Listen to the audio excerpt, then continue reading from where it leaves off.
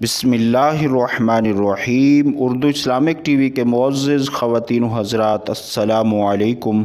प्यारे दोस्तों, हम उम्मीद करते हैं आप खैरियत से होंगे और हमारी दुआ भी है अल्लाह करीम आप तमाम पर अपना रहम व करम फरमाए। प्यारे दोस्तों, आज हम आप हज़रात को ये बताएंगे कि आप अपने वज़ाइफ में, अपने आमाल में तासीर किस तरह पैदा कर सकते हैं। बहुत से दोस्त गिला शिकवा करते हैं, कमेंट करते हैं कि हमारी दुआएं कबूल नहीं होती, हम वज़ाइफ करके थक चुके हैं, हमारे वज़ाइफ में असर नहीं, हमारी दुआएं कबूल नहीं होती, हम जो भी आमाल करते हैं हमें उनका रिज़ल्ट नहीं मिलता।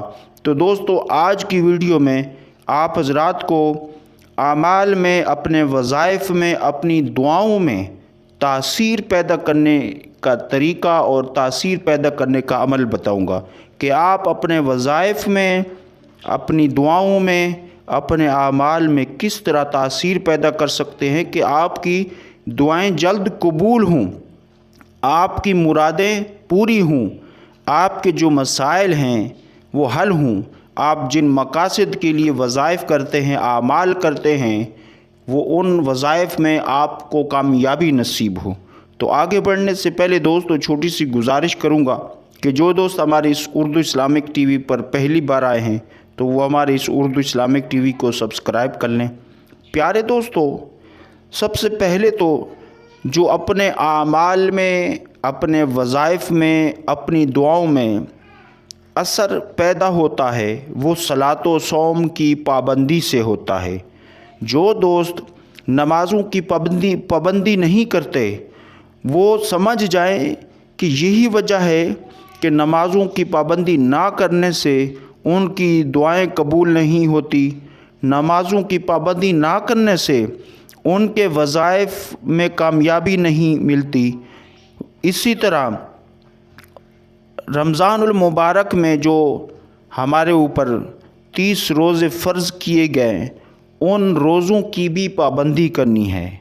न सिर्फ ये करनी है बल्कि आमाल सालिहात भी करना है। जिन कामों का अल्लाह पाक ने करने का हुक्म दिया है उनको करने की कोशिश करनी है, उनको करना है। और फिर जिन कामों से बचने का अल्लाह पाक ने हुक्म दिया है तो उन कामों से यानी गुनाहों से अपने आप को बचाना भी है। तो फिर जाकर हमारे आमाल में, हमारे वज़ाइफ में, हमारी दुआओं में तासीर पैदा होगी।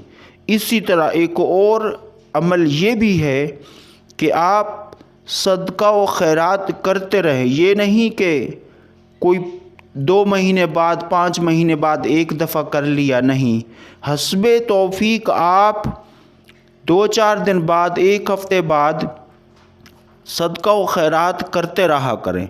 अगर ज़्यादा आप नहीं कर सकते तो कम से कम हफ्ते में 1 मरतबा हस्बे तौफीक आप अल्लाह की रज़ा व खुशनुदी के लिए सदका व खैरात ज़रूर करें। चाहे आप किसी को खाना खिला दें, परिंदों को दाना डाल दें। और इसी तरह आसान सदका ये फरमाया गया कि तकलीफ़ दह चीज़ को रास्ते से हटा देना, ये भी सदका है। यानी अगर रास्ते में कोई पत्थर पड़ा था, कोई कांटे पड़े थे, कोई ऐसा गटर खुला हुआ था, आपने उसको बंद कर दिया, या कोई और ख़तरनाक चीज़ पड़ी थी जिससे गाड़ियों के टायर पंक्चर हो सकते थे या किसी को तकलीफ़ हो सकती थी, आपने उसको इस नीयत से हटा दिया कि मैं अल्लाह की रज़ा के लिए हटा रहा हूँ, तो ये भी एक सदका है।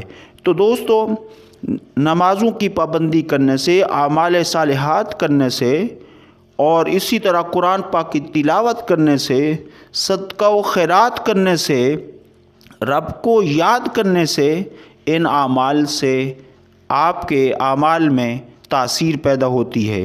फिर ऐसे ही आमाल की वजह से इंसान जब दुआ करता है तो अल्लाह पाक उसकी दुआ को कबूल फरमाता है।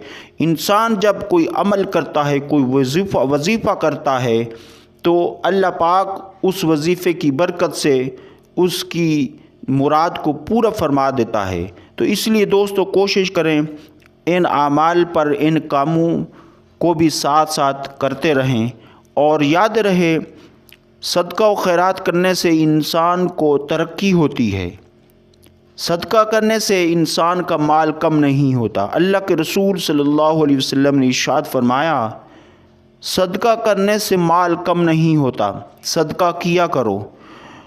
تو جو شخص صدقہ کرتا ہے، اور یہ بھی حدیث میں آیا ہے کہ 2 فرشتے روزانہ ہر انسان کی طرف زمین پر نازل ہوتے ہیں، ان میں سے ایک فرشتہ جب انسان کو صدقہ و خیرات کرتے دیکھتا ہے تو وہ فرشتہ اللہ کی بارگاہ میں دعا کرتا ہے کہ یا رب العالمین، جس طرح اس نے تیری رضا و خوشنودی کے لیے اپنے مال کو خرچ کیا ہے، اپنے مال کے کم ہونے کے ڈر سے نکل کر تیری راہ میں اپنا مال خرچ کیا، اے مالک تو اس کے مال کو بڑھا دے۔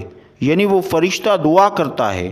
اور اسی طرح جو دوسرا فرشتہ ہوتا ہے، جو شخص اللہ کی راہ میں صدقہ و خیرات نہیں کرتے، اللہ کی راہ میں اپنا مال خرچ نہیں کرتے، تو وہ فرشتہ اللہ کی بارگاہ میں یہ دعا کرتا ہے کہ یا اللہ، اس نے تیرا عطا کردہ مال تیری راہ میں خرچ نہیں کیا، اس نے کنجوسی کی، اس نے اپنے مال کو جمع کرنے کی کوشش کی ہے، اس کا حرص بڑھتا چلا جا رہا ہے، تو مالک تو اس کا مال سلب کر لے، تو اس کا مال واپس لے لے۔ تو دوستو اب معلوم ہوا کہ اللہ کی راہ میں صدقہ کرنے سے، اللہ کی راہ میں مال خرچ کرنے سے مال انسان کا بڑھتا ہے، اور اس کے ساتھ ساتھ اللہ کے نورانی ملائکہ بھی اس انسان کے لیے دعا کرتے ہیں جو سخی ہوتا ہے۔ پھر یاد رہے دوستو، اللہ تبارک و تعالیٰ کو سخی انسان بہت پسند ہے، تو اس لیے صلاۃ و صوم کی پابندی کریں، اعمال صالحات کریں، جتنا آپ کر سکتے ہیں ہفتے میں ایک بار تو ضرور، چاہے پرندوں کو دانہ ڈال دیں، یا کسی غریب کو کھانا کھلا دیں، یا کسی پریشان حال کی کوئی پریشانی کو ٹال دیں، کسی کے ساتھ تعاون کر دیں، کسی کے دکھ سکھ میں کام آ جائیں، تو یہ بھی صدقہ ہے، تاکہ دوسروں کی دعاؤں حاصل کر کے اپنی ترقی کو مزید آگے کریں، اپنے مقاصد میں کامیابی حاصل کریں۔ تو دوستو اللہ پاک کی رحمت سے مایوس مت ہوں، اعمال صالحات بھی کرتے رہیں، صدقہ و خیرات بھی کرتے رہیں، اور اللہ کا ذکر بھی کرتے رہیں۔ اللہ کی رحمت سے مایوس نہ ہوں، مایوسی کفر ہے۔ رب تعالیٰ نے یہ فرمایا ہے وقال ربکم ادعونی استجب لکم، مجھ سے مانگو میں عطا کروں گا، میں تمہاری دعاؤں کو قبول فرماؤں گا۔